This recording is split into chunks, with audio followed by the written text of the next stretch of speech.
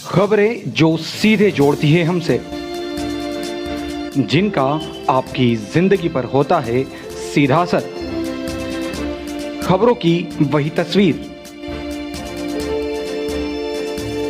बिना बदले बिना डरे, जज्बा सच का लिए, सच दिखाते हैं हम। कांठल टुडे, हम है आपकी आवाज।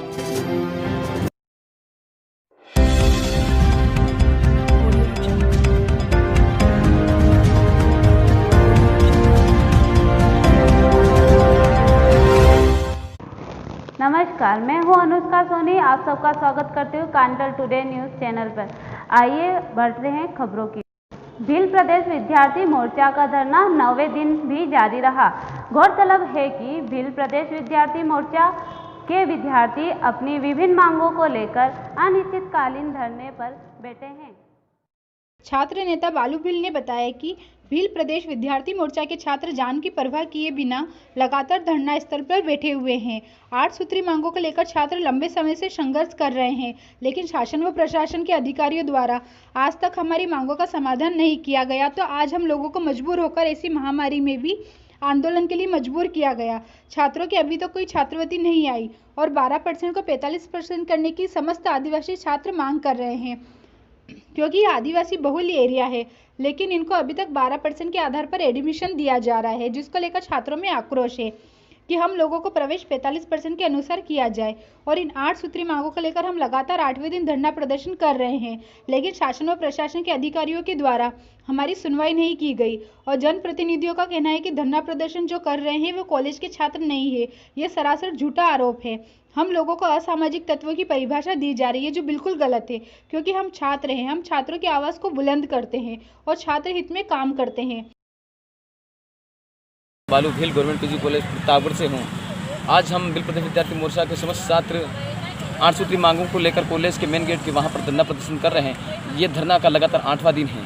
हम लोग जान की परवाह किए बिना आज लगातार धरना प्रदर्शन कर रहे हैं। हमारे 8 सूत्री मांगें जो हैं, हमने ज्ञापन के माध्यम से शासन और प्रशासन के अधिकारियों को पहले कई बार अवगत करा चुके हैं, लेकिन अभी तक हमारी समस्याओं का समाधान नहीं हुआ है। तो हमारे सभी स्टूडेंट्स भील प्रदेश विद्यार्थी मोर्चा के छात्रों का कहना है कि ऐसी महामारी में और कोविड-19 के चलते, धारा 144 के चलते हम लोगों को ऐसा मजबूर किया गया है और हम लोगों को आज मजबूर होना पड़ा है। मजबूर होकर हम आज रोडों पर आए हैं और आंदोलन कर रहे हैं, क्योंकि हमारी जो वाजिब मांगे हैं, 8 सूत्री मांगे हैं JR कन्या महाविद्यालय को लेकर 12% जो एडमिशन होता है हमारे छात्रों का कॉलेज में, उसको 45% किया जाए और स्वपोषित MSc को नियमित किया जाए और PG किया जाए इंग्लिश साहित्य में और अर्थशास्त्र में। ऐसी कई सारी हमारी 8 सूत्री मांगे हैं और साल का पूरा सत्र गुजर जाने के बाद भी हमारी जो स्कॉलरशिप है किसी भी स्टूडेंट्स की नहीं आई हैं, तो हमारे छात्र अभी प्रताड़ित हैं, शोषित हैं। तो छात्रों को मजबूर होकर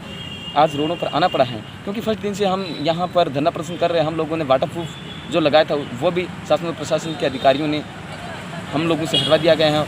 और कॉलेज कैंपस में जब हम बारिश आई थी तब हम सोने गए थे, तो कॉलेज प्रशासन ने हम लोगों को वहाँ से बाहर निकाल दिया गया और हमारे को कहा कि आप लोग यहाँ कॉलेज के मेन मुख्य गेट के वहाँ पर धरना प्रदर्शन नहीं कर सकते हैं। तो हम लोगों का कहना है कि हम कॉलेज की वाजिब मांगों को लेकर, कॉलेज से संबंधित मांगों को लेकर धरना प्रदर्शन कॉलेज के मुख्य गेट के वहाँ पर नहीं करेंगे तो कहाँ जाकर धरना प्रदर्शन करेंगे। तो इस प्रकार शासन और प्रशासन के अधिकारियों के द्वारा और सरकार के जनप्रतिनिधियों के द्वारा हम लोगों को डराया और धमकाया जा रहा है और हमारे आंदोलन को कुचलने की पूरी साजिश चल रही है।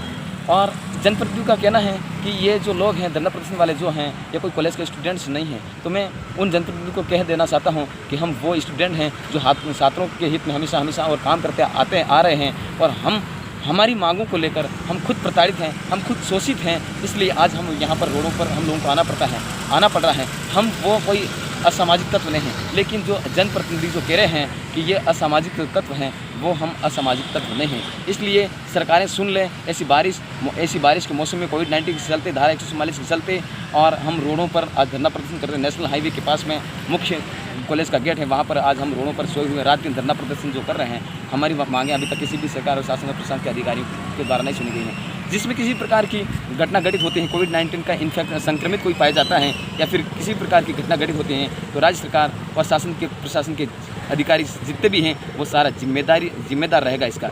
इसलिए हम लोगों की यही डिमांड है कि जब तक हमारी मांगें पूरी नहीं होती हम जान की परवाह किए बिना हम धरना प्रदर्शन पर डटे रहेंगे। इसी के साथ जय जोहार, जय आदिवासी, जय बिल प्रदेश।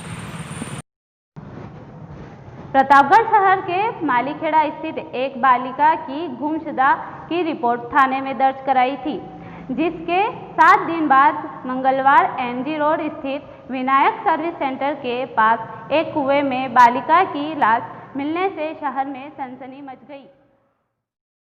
प्रतापगढ़ में मंगलवार को एक कुएं में एक बालिका का शव मिलने से सनसनी फैल गई। कोतवाली थाना पुलिस ने मौके पर पहुंचकर शव को कुएं से बाहर निकलवाया और पोस्टमार्टम के लिए जिला चिकित्सालय की मोर्चरी में पहुंचाया। मामले के जांच अधिकारी पारस कुमार ने बताया कि आज थाने पर मिली सूचना की हायर सेकेंडरी रोड पर एक सर्विस सेंटर के पास स्थित कुएं में एक बालिका का शव नजर आ रहा है। इस पर कोतवाली थाना पुलिस मौके पर पहुंची और शव को बाहर निकलवाया। आसपास के लोगों को सूचना दी गई और पूछताछ में सामने आया कि यह 15 वर्षीय बालिका मालीखेड़ा की रहने वाली है। गौतम मीणा की लड़की गायत्री मीणा है और बीते 6 दिनों से लापता थी। परिजनों द्वारा इसकी गुमशुदगी की रिपोर्ट भी कोतवाली थाने में दर्ज कराई गई थी। फिलहाल पुलिस ने शव को कुएं से बाहर निकलवाया है। शव को जिला चिकित्सालय की मोर्चरी में पहुंचाया गया, जहां पर पोस्टमार्टम के बाद शव परिजनों को सुपुर्द कर दिया जाएगा।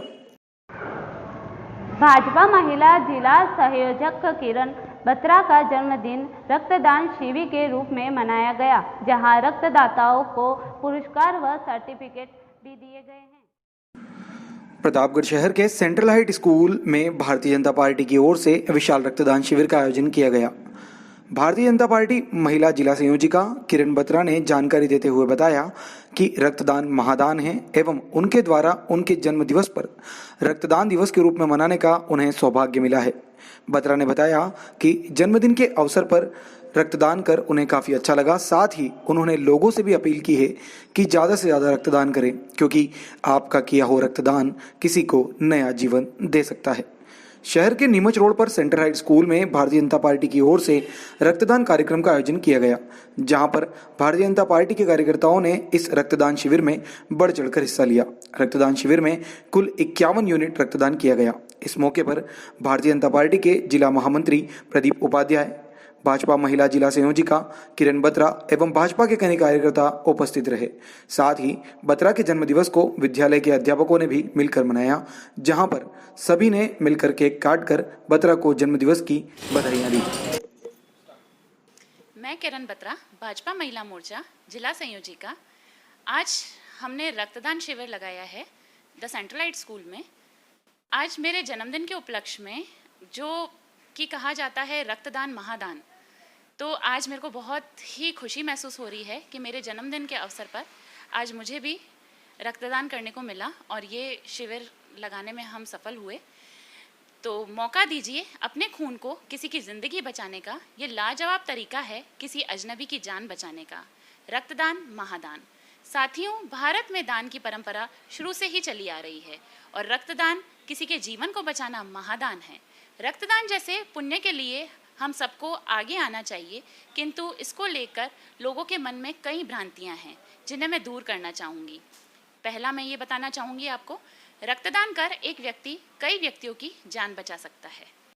दूसरा पॉइंट मैं आपको ये बताना चाहूँगी, रक्तदान से हार्ट अटैक, कैंसर आदि कई बीमारियों की आशंका भी कम हो जाती है। तीसरा, खून को किसी भी प्रकार से उत्पादित नहीं किया जा सकता, केवल दान ही किया जा सकता है। चौथा, रक्तदान के बाद हमारे शरीर का बोन मैरो नए नए सेल्स में बनता है, जिससे हमारे शरीर को नए सेल्स के साथ तंदुरुस्ती भी मिलती है। तो दोस्तों, मैं आप सबसे एक बार पुनः कहूँगी, गर्व से कहो रक्तदान महादान। इस कार्य में हम सभी एक साथ हैं, एकजुट हैं। अंत में मैं आपको ये संदेश देना चाहूँगी, रक्तदान करें, जीवन बचाएं। धन्यवाद।